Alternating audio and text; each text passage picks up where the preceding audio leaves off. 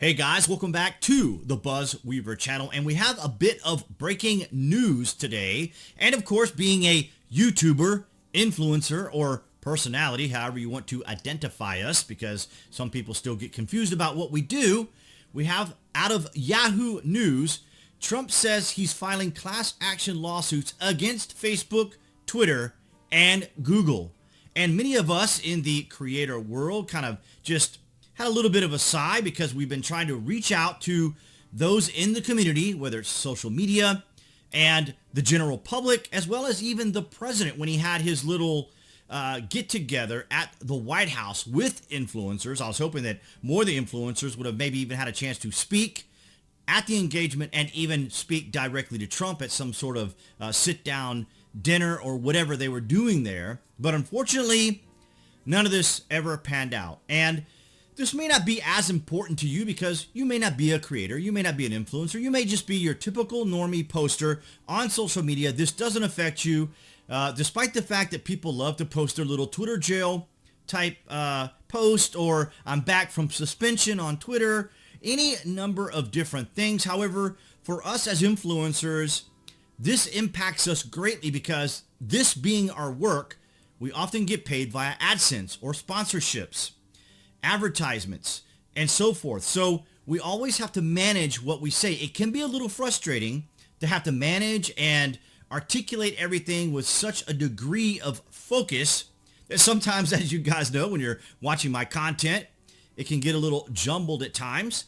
But nonetheless, we have Trump says he's filing class action lawsuit against Facebook, Twitter, and Google.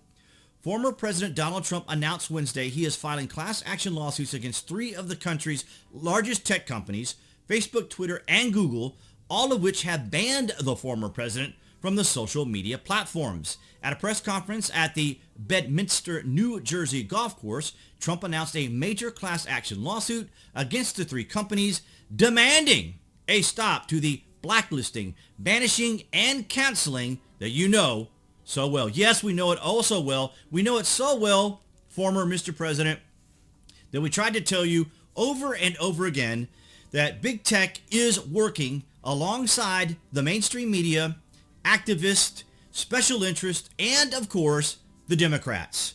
Say what you will, call me a tribal right if you want to. The reality is that the Democrats alongside the mainstream media, activists, and the tech giants work together to try to get as many people as possible to hate Trump as much as they did. So if you're new to the channel, that is my common mantra that I mentioned here on the channel.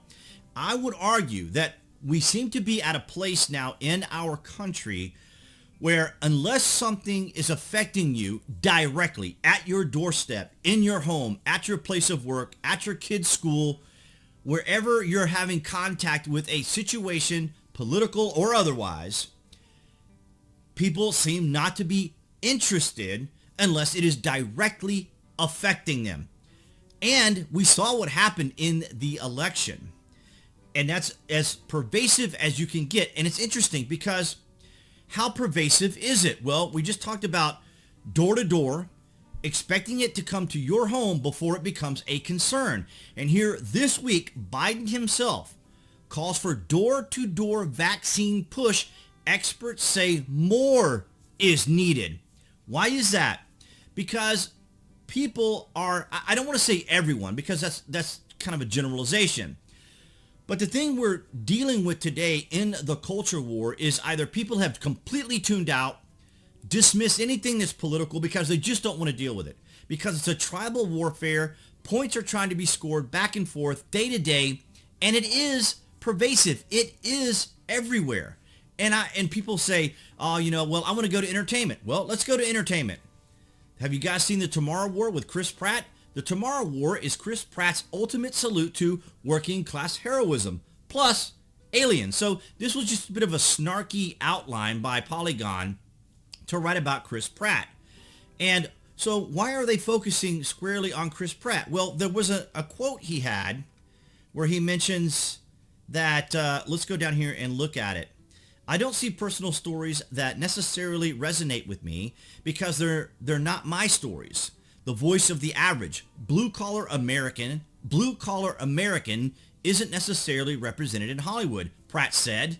That was a willfully ignorant statement back then, and it still is now. Is it really willfully ignorant for him to make a statement and say that Hollywood isn't representing the everyday person? I don't want to say average, because it just seems kind of very generic and not as specific, but he's trying to suggest here that Hollywood does have a very selective narrative. They push a narrative and they inject things into their movies and into their television shows because, as Biden says, we may have to go door to door to ensure that people are paying attention, that people are listening, that people are seeing what's going on around them. And we see this in Hollywood. Look at this. From Flair. It's official. Chris Pratt is the worst Chris. The actor has been deemed by Twitter as the worst Chris. Really? So Twitter is now the official authority that we go to determine how Hollywood rates different actors? Is that where we are today? Is social media so pervasive, so powerful, that they can even shut down a sitting president? So does it make sense now that President Trump is filing a class action lawsuit? We know from Section 230 that the platforms get a level of protection from users going after each other, and so that they can't be sued for these individuals going after each other for defamation or slander or other types of legal action. So the platforms get the luxury of Section 230 to protect them, but they also act as publishers. What do I mean by that? Well, a newspaper is a publisher. If they say something scandalous about you, they slander you, or they misrepresent you or libel you, you can sue them.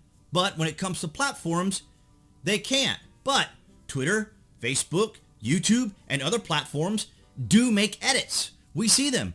Post something about the current pandemic, and what does Facebook, Twitter, and others do? They put these little edits at the bottom of your video, bottom of your post, saying, or give you a link to additional information or additional research. That's editing.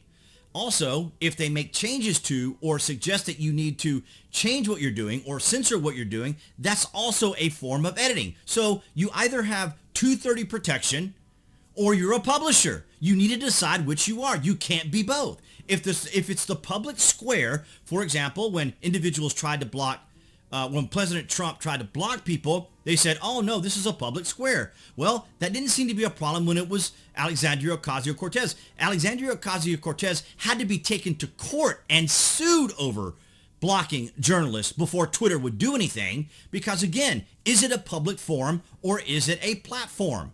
Which is it? Make up your mind. Are you a publisher or are you a platform?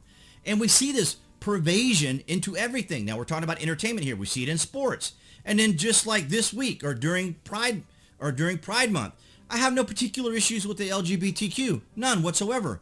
But the problem is it's becoming so polarized, so tribal, that now it's all a matter of companies and businesses and industries all trying to jump on this bandwagon of wokeness. There was let me see if I can find it. There was something very, very interesting that I had that I'll talk about on the Friday vlog from Zuby, the rapper, where he says 20 things I've learned or had confirmed about humanity during the pandemic. And that is, most people would rather be in the majority than be right. That's absolutely correct. And we see this with Kellogg's, for example. And I thought this was kind of amusing. I don't know if you guys have seen this particular meme, but they take some of the big corporations that we know from movies, like the Umbrella Corp from Resident Evil, Skynet right here from Terminator, and they kind of made a little bit of a joke about the fact that, well, why aren't these corporations that we see in movies having gone woke, as it were? And then we say, okay, well, can we escape into entertainment? Can we escape into sports? Well, we try to escape into sports, and then we have this situation with Gwen Berry representing the United States. Either you represent the United States or you don't. This isn't your opportunity to, if you're a team member, you're part of the team. You're part of a selected group of people, highly selected group of people. If you want to protest, go on your platforms and protest. But protesting takes away from the team mindset, takes away from the whole ideology. And in my opinion, I respect my country. I respect the fact that they give me freedom of speech. And so I think just out of common courtesy, it would behoove me to show respect and courtesy to the very country that gives me the ability to disrespect them if I were to have the option. But I would prefer that it be beneficial. My country gives me freedom of speech, gives me freedom to participate in the Olympics, or gives me freedom to do other things. So I think at the minimum I could do is show a little damn respect for my country. Does that seem unreasonable? Does that seem so unreasonable for people to try to do that? To show a little bit of respect. If she wants to go on her platforms and then criticize and condemn, that's fine. But she is part of a team. She is supposed to be representing our country and doing so in a respectful manner. And that's just sad to see what's going on here. And working in social media, it gets very frustrating because there's selective enforcement of the rules, selective enforcement of the terms of service, and we have seen the social media giants collectively, like an oligarchy, remove a sitting leader, remove the president of the United States working together as an oligarchy.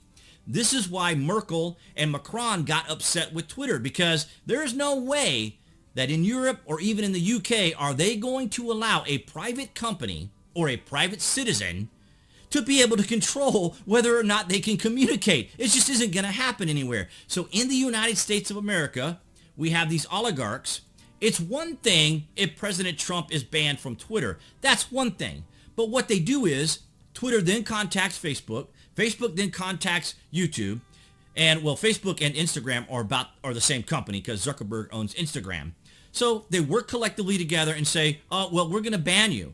Now, a few years ago, there was a rule that many of the social media sites were going to implement, and that is that you could be penalized on, say, like YouTube. You could be penalized for what you may say on Twitter, or vice versa. Something you say on Twitter could penalize you on YouTube. So there was no way around it. So now you not only do you have the mainstream media, the mainstream social media utilizing Section 230, now they have complete control of content creators across all of the platforms. The idea that a private company can shut you down is just outrageous. And you can imagine the frustration that I have as a creator when I have to go through my videos, make sure that I don't say certain things, don't phrase things together. It's just so many things that we have to filter. Even when I'm making my video shorts, I can't say certain words to describe the characters or soldiers in the content that you're viewing. But I wish the president all the best, because I don't know what this is going to accomplish. It could be easily dismissed. I could imagine just the judges just tossing it out, very much like what we saw with the election. 2019, the Democrats got together with lawmakers and politicians. They changed rules. They changed procedures. They changed policies to make things a little bit more, I guess you could say, flexible for mail-in ballots. And then, of course, the pandemic came along, and that just gave the Democrats more ammunition. It just gave them the ability to introduce even more concessions that they want to have in the next election, which is why many states are having to enforce or make their laws stricter, because we can't have this sort of laissez-faire voting again in, say, 2022, and most certainly in 2024. So the focus, of course, of this particular video, as I rant, because this is really kind of a rant video, was the fact that Trump is going to try a class action lawsuit against Facebook, Twitter, and Google, and I'm going to be very interested to see how far this is going to go. But nonetheless, guys, if you would like to follow me on Twitter, for example, or other of my social medias, including Alt Tech, you can find those links below this video. I do daily posts on there. Thank you guys for your continued support, your likes, your shares, and your comment. I really hope this is going to amount to something. However, we've seen for the last 4 years that these things kind of come up, they cycle, but nothing ever happens. But nonetheless, guys, if you are here on YouTube, that would be the channel icon you see appearing right there on the screen to subscribe, along with notifications, as well as video shorts that you can find by going to my channel and clicking on videos to see those little video shorts. And I will see you guys in the next video.